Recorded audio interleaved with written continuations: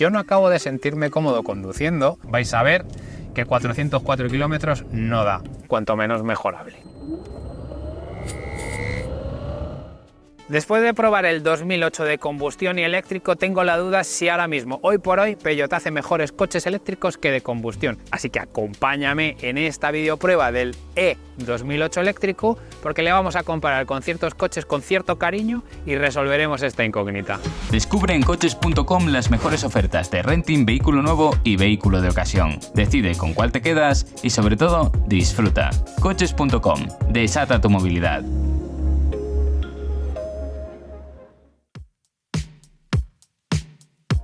¿Es posible que podamos decir hoy en 2024 que Peugeot está haciendo coches eléctricos mejores que los coches de combustión?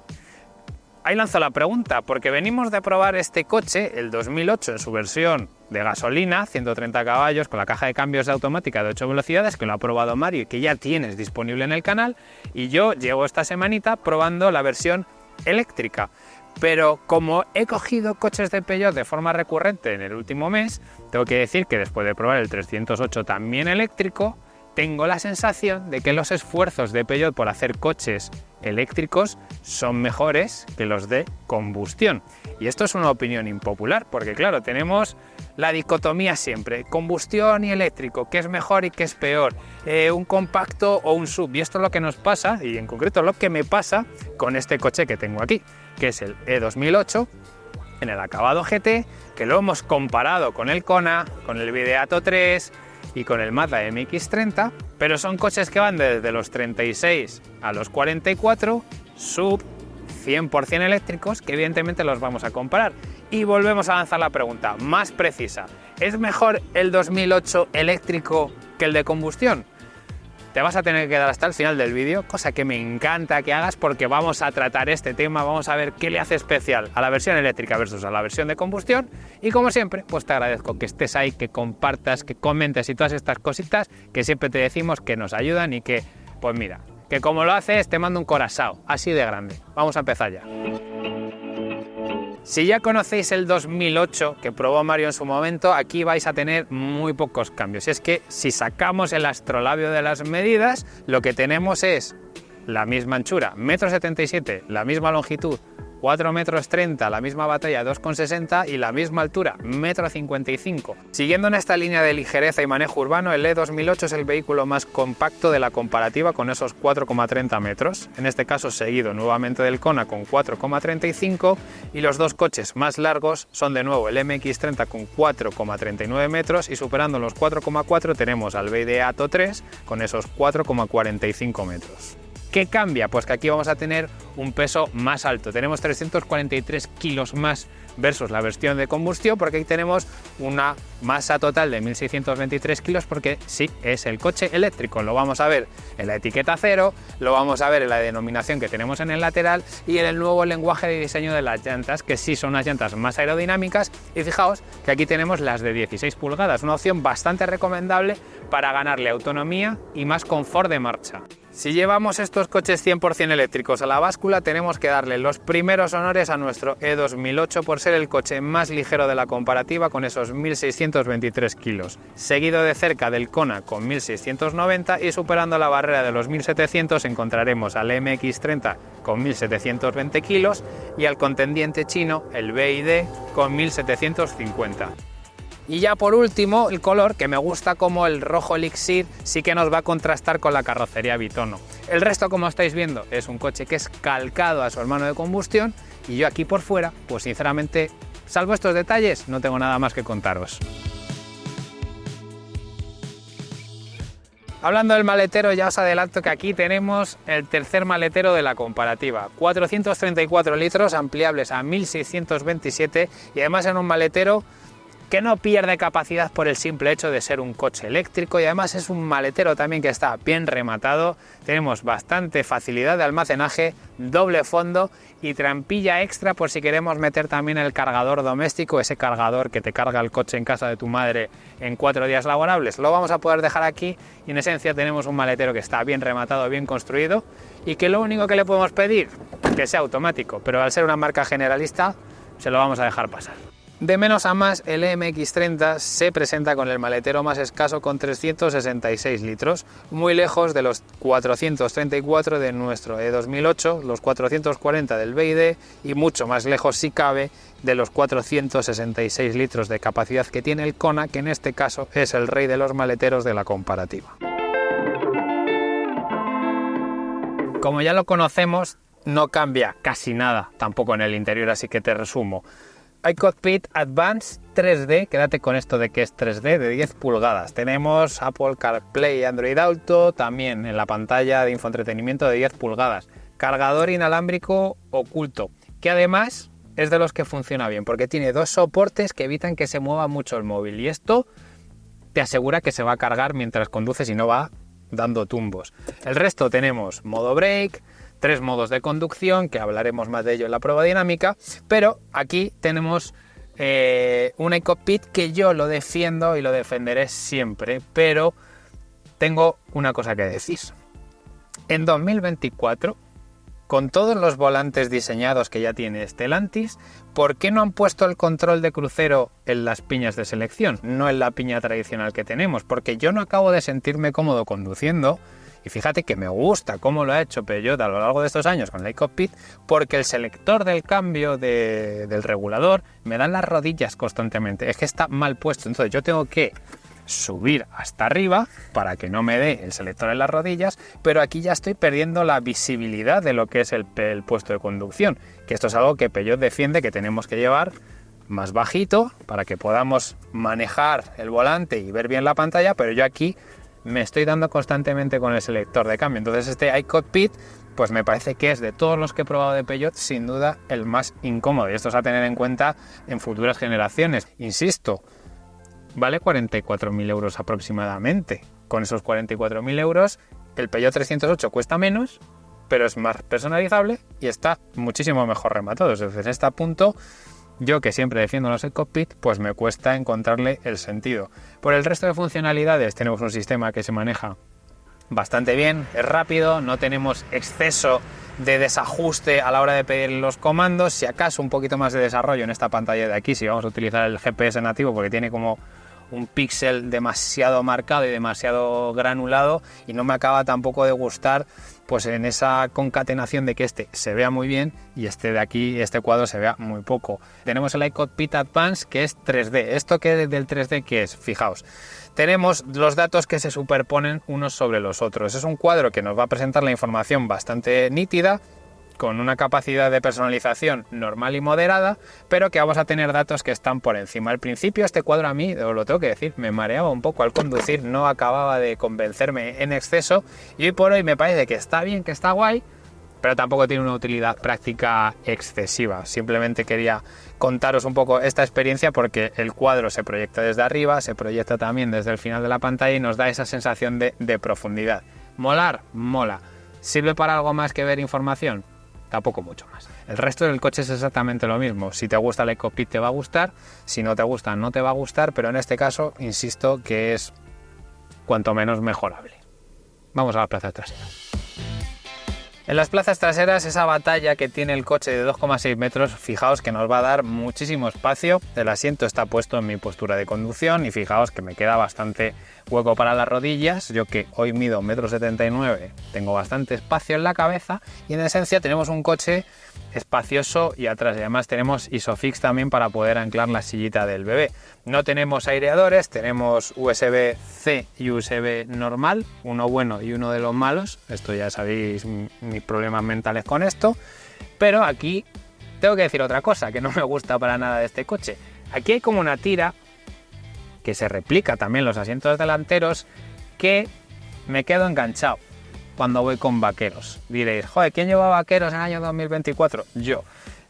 Como diseño, bien. Como funcionalidad, creo que son unos asientos traseros un pelín duros, que si le sumamos a este problema que le han puesto aquí de este símil cuero en el medio del asiento, creo que entorpecen también un poquito el confort, que ya de marcha es bueno, pero como que se va penalizando a sí mismo con estos detalles. Vamos ya con los datos de rigor del motor. Para las personas normales como tú y como yo, 156 caballos. Para los que penséis en electrificación más allá de este coche, 115 kilovatios. Motor de 400 voltios de tensión nominal que nos van a entregar 260 Nm de par de forma instantánea, porque estamos hablando evidentemente de un coche 100% eléctrico. Sobre el papel, el propulsor más potente es el del BYD Atto 3, que nos entrega una potencia total de 204 caballos o 150 kilovatios, que es también el que más par y velocidad punta nos va a desarrollar. En esta misma cifra de 156 caballos o 115 kilovatios tenemos al E2008 y a esta versión de la comparativa del Hyundai Kona. Por debajo encontramos al MX-30, que nos ofrece los datos de motor más bajos con 145 caballos o, lo que es lo mismo, 107 kilovatios. Hablando de la segunda parte de la electrificación, hablaremos ahora de la batería, que tenemos esos 54 kWh de capacidad bruta, que se nos van a quedar unos 50,4 en capacidad neta. Vamos a poder cargar el coche en viaje, en corriente continua, con un pico de hasta 100 kWh, pudiendo hacer ese 20-80 en 30 minutos, y una carga doméstica con el wallbox que nos proporciona Peugeot en este caso, lo podremos hacer hasta un pico de 11 kilovatios, eso sí, tardando esas 6 horas de rigor para poder cargar el 100% de la batería del E2008. Hablemos ahora sobre las baterías de estos 4 coches eléctricos. Empezamos con el BYD, que hace alarde de su gran inversión en tecnología de baterías, dotando al Atto 3 con la batería de mayor capacidad de la comparativa, 60,48 kWh en una disposición de batería LFP. Siguiendo con la capacidad bruta, tendremos al E2008 con una batería de iones de litio de 54 kilovatios, esos 50,8 kilovatios netos, al Kona, que solo presenta el dato de batería neta, que serían en este caso 48,4, y cerrando tenemos al MX-30 con la batería de litio más pequeña, en este caso de 35,5 kilovatios hora. Por último, y como complemento a estas capacidades, tenemos que hablar de la autonomía, y en este caso las posiciones de la tabla no cambian. El BYD está en lo más alto con 420 kilómetros, el E2008 también supera la barrera de los 400 con 402 kilómetros de autonomía, y cerramos con el Kona y el MX-30 con 377 y 200 kilómetros respectivamente, hablando siempre en ciclo WLTP. Bueno, pues vamos a salir ya de Madrid para hablaros ya de la prueba dinámica. Justo salimos. Había bastante atasco y tampoco era la idea teneros ahí dando vueltas por Madrid para contaros que, urbanamente hablando, el E2008 es un coche muy fácil de llevar dentro de la gran ciudad. Tenemos un carácter compacto, no deja de ser un segmento sub-B, tenemos muy buena maniobrabilidad con el volante, con el radio pequeño que tiene y esa asistencia en la dirección, que lo hacen que sea un coche urbano, y más sumado a esta etiqueta cero emisiones de la propulsión eléctrica, pues quizás sea una buena opción para todos aquellos que estéis buscando un corte sub, pero que queréis coche urbano, que se maneje bien y que tenga buenos sistemas de aparcamiento en referencia a las cámaras delantera y trasera y también a los sensores. En este sentido, urbanamente hablando, el 2008 eléctrico pues es un coche fantástico para la gran ciudad, para entrar, hacer unas compras, hacer una visita y volvernos a casa. Para vivir en Madrid o en Barcelona o en una gran ciudad, Valencia, Bilbao, Sevilla, desde donde me estés viendo, pues a mí se me queda y se me antoja como un coche grande, que para el día a día dentro de la ciudad pues sí que pueda ser un poquito más tostón manejarlo, pues sobre todo por las dimensiones que maneja. No deja de ser un coche de 1,77 m de ancho y de 4,3 metros de largo, con lo cual urbano para bajar, como he hecho yo ahora, para llegar a la oficina, aparcar, cargar y demás, sin problema. Si salimos ya de estos entornos y nos movemos más en interurbano o más en autopista, aquí tenemos un confort de marcha muy bueno, sobre todo por destacaros un punto a favor de por qué es tan bueno el confort de marcha, es por las llantas que tenemos. Tenemos 16 pulgadas, es una llanta pequeña, tenemos un neumático con mucha goma y nos da también pues que tengamos un viaje en carretera bastante más placentero que si tendríamos esas 18 pulgadas donde las irregularidades que estamos viendo ahora en la carretera las notamos bastante. En confort de marcha este coche es sobresaliente, también es que no deja de ser un Peugeot, y un Peugeot dentro de confort de marcha pues es una de sus signas de identidad. Llevarlo se lleva muy bien, se conduce muy bien, es muy fácil, muy cómodo, salvo por esas cosas que os comenté antes. Sigo pensando que si evolucionamos los coches a nivel de tecnológico, no pongamos instrumentos de coches del año 2018 o de incluso antes, porque si mal no recuerdo la primera generación del 2008 era 2017-18, ahora mismo lo recuerdo bien, y el selector del regulador del control de crucero sigue estando en el mismo lado y yo me sigo dando, no le encuentro la comodidad que tiene un iCockpit, por ejemplo, en el 508 familiar, que ya lo hemos probado, en el 308 o incluso en algún que otro 3008 que he probado así de forma más salteada. Me falta encontrarle esa comodidad al puesto de conducción, porque si bajo mucho el asiento no voy a tener la suficiente visibilidad. Si lo subo demasiado me voy a entorpecer con el volante, el iCockpit Advance, y no lo voy a ver bien, y si lo bajo demasiado pues voy a ir prácticamente rozándome con el volante en las piernas. Y aquí pues me ha faltado esa versatilidad, tener un poquito más de reglaje en los asientos, tener un poquito más de confort también, o sea, recogen bien, pero son unos asientos duros, especialmente en las plazas traseras.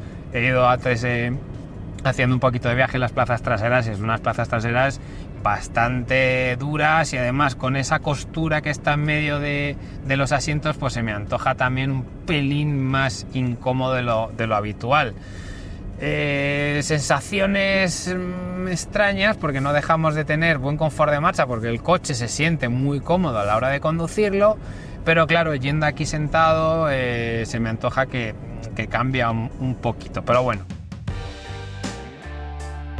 Vamos a profundizar también más en esos aspectos de la conducción, ese aspecto más técnico. Voy a empezar, quizás, ya que me estoy acercando a un atasco, la frenada. Es una frenada muy asistida electrónicamente hablando. Es una frenada que vas a notar que aunque tú hagas poquita presión en el freno, vas a notar que se hunde un pelín, y vas a notar sobre todo dentro de ciudad, que cuando frenas y el coche se detiene hace un ruido que a mí me recuerda al de un bulldog francés roncando, porque hace como y cuando levantas vuelve a hacer es una sensación muy rara, porque no tenemos un auto hold. Sí que tenemos el modo brake, pero no tenemos el auto hold, que nos viene muy bien dentro de ciudad para frenar y que el coche se detenga. El coche tampoco se va a detener solo con la electrificación, pero esa frenada, que por un lado es muy asistida y que tampoco es muy comunicativa y que encima hace ruidos raros, se me antoja como muy mejorable de cara a las siguientes generaciones. La dirección. Ahora mismo vamos con el mantenimiento de carril seleccionado. Justo aquí tengo un botoncito donde ya lo puedo tener un poquito más de control, pero bueno, muy recomendable llevarlo activado, sobre todo cuando estemos utilizando el control de crucero adaptativo, porque sí que nos va a corregir la dirección. No es excesivamente intrusivo, pero si somos fans de tener ese extra de apoyo, pues oye, os animo a que lo probéis y que os acostumbréis también a usarlo. La dirección dentro de ciudad es muy blandita, es súper cómodo para maniobrar. Además, el radio del volante tan pequeño nos va a hacer que tengamos bastante maniobrabilidad. El radio de giro del coche no está nada mal. Si queremos hacer un giro de 180 grados lo vamos a poder hacer sin engranar varias maniobras, perdón que me lío. Pero fuera de la carretera del poblado, si nos vamos por unas carreteras más de puerto, la dirección es una dirección también muy electrónica, de comunicación normal. No te va a transmitir una deportividad muy alta, pero sí que se va a dejar entrar muy bien la curva. Es una dirección muy directa, y además fuera también en estas autopistas así donde vamos ahora más tranquilos, cuando ya encontramos esa postura de conducción más cómoda, pues al mínimo movimiento sí que vamos a poder ejecutar la maniobra, así que en ese sentido está muy bien. Si vamos a hablar de cómo se entrega también la potencia, aquí tenemos los tres modos de conducción: Eco, Normal y Sport, y vamos a tener diferentes grados de entrega de la potencia y diferentes grados de la entrega del par. En el modo Eco que estamos ahora mismo, que es prácticamente la primera carga que estoy haciendo, y ahora os contaré también los consumos para que veáis cómo consumen este modo Eco, la entrega de par y la potencia se limitan. Creo que en este caso es similar a lo que nos pasaba con el 308 eléctrico, que vamos a tener esos 109 caballos de potencia con el par bajito para que se controle un poquito más la autonomía. En el modo Eco vamos a poder hacer hasta 404 kilómetros con la batería al 100% según lo que nos marca el cuadro. Si vamos ya en un modo normal, vamos a tener una entrega un poquito más alta, un confort de marcha pues más ágil, y luego ya si le metemos el modo de control deportivo, sí que vamos a poder exprimir los 156 caballos que tiene el motor y tendremos más consumos y menos autonomía. Aquí en este punto, si no lo habéis hecho ya, podéis ver la web donde sí que os cuento un poquito más con una tabla cómo se desenvuelven los consumos y las autonomías en los diferentes modos de conducción. Sigo ya y voy acabando la dinámica. La suspensión pues también es una suspensión blanda, no me parece que sea incómoda, no es excesivamente rebotona, tenemos el centro de gravedad muy bien situado, es un reparto prácticamente perfecto de los pesos, esos 1600 y pico kilos que pesa el coche, pues hace que la suspensión, al ser un tarado de coche más bajito, pues que no tengamos exceso de rebote cuando entramos y salimos de las curvas en los tramos, y no he visto que tenga un exceso de balanceo, a no ser que tú fuerces un cambio más brusco, que no va a ser la tónica ni la dinámica evidentemente de conducción normal. Y ya por último, en esta tónica de conducción normal, en esta primera parte de la prueba, llevo ahora mismo 234 kilómetros con el E2008 a una velocidad media de unos 34 km por hora. En recorridos han sido, yo diría que un 60% dentro de poblado y un 40% dentro de fuera del mismo, en autopistas y en tramos, y cogimos el coche con el 100% de la batería, nos marcaba una autonomía de 404 km, me queda el 27%, me quedan 88 kilómetros de autonomía, de hecho es que voy a ir ya mismo a recargar el coche, y estoy haciendo un consumo en el modo eco y respetando bastante los límites de la vía de 15,2 kilovatios a 100 horas. Llevo recorridos 234 kilómetros. ¿Promete los 404? No, porque si sumamos 234 más 88, vais a ver que 404 kilómetros no da. No obstante, vamos a seguir haciéndole más kilómetros al coche. Ahora vamos a pasar al modo normal. Lo que pasa, estos datos os los pondré ya más directamente en la página web. Y esto es así en resumen. Sé que es un resumen un pelín más largo de lo habitual de cómo se comporta el E2008.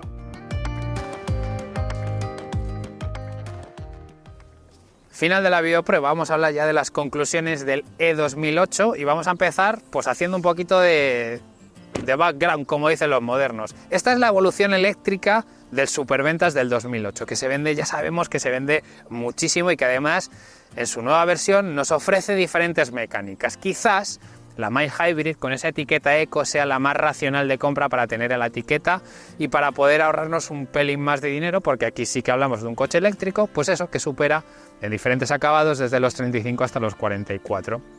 Es un coche que en líneas generales funciona muy bien, pero es un coche que hoy por hoy, en 2024, yo no me compraría. No me lo compraría porque creo que por los precios que tenemos ahora mismo en la web de coches.com, tenemos la opción de tener un segmento C, que es el 308, que está mejor rematado en el interior, tiene más capacidades tecnológicas y a mí me ha ofrecido unas sensaciones dinámicas más versátiles que las que me está dando este SUV.